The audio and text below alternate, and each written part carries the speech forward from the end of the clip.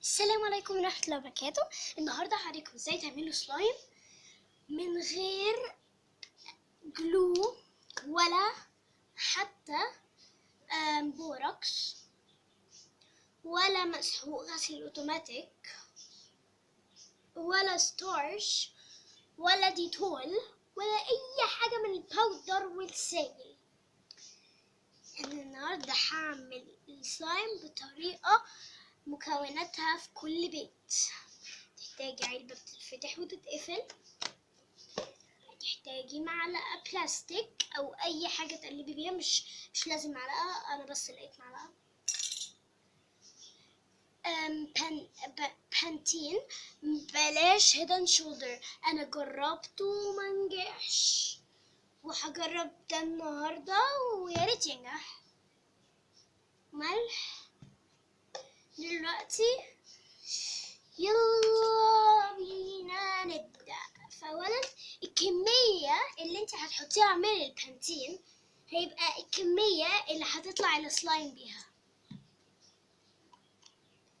أول لازم تتأكدي ان العلبة ما فيهاش أي مكان مفتوح، ما يقدرش ان تتفتحي البتاع. وبص، هو كان مفتوح من هنا، أنا لزقته بجلو شفاف. فيلا نحط الفازلين، بانتين قصدي.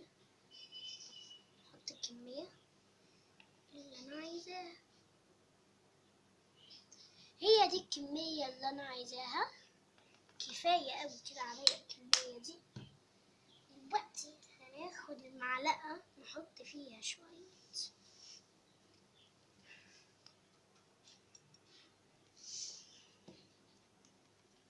حط شوية ملح كويس للبانتين.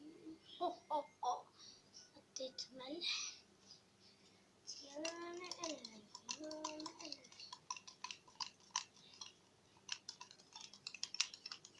وفي الاخر هتسيبوها لمدة ساعتين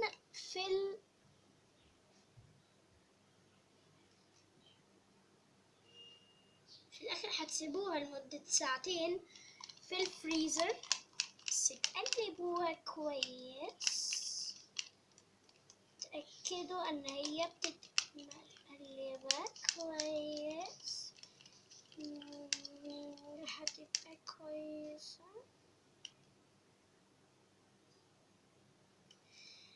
لكن لو لقيتوا انا فازلين بقى سايح، ده معناه ان ده مش البانتين الصح يعني.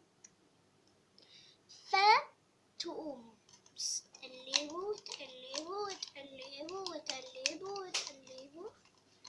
بعد كده تحطوه في الفريزر لمدة ساعتين. هي دي الطريقة. فهعمل فيديو تاني بعد لما يخلص ده. باي.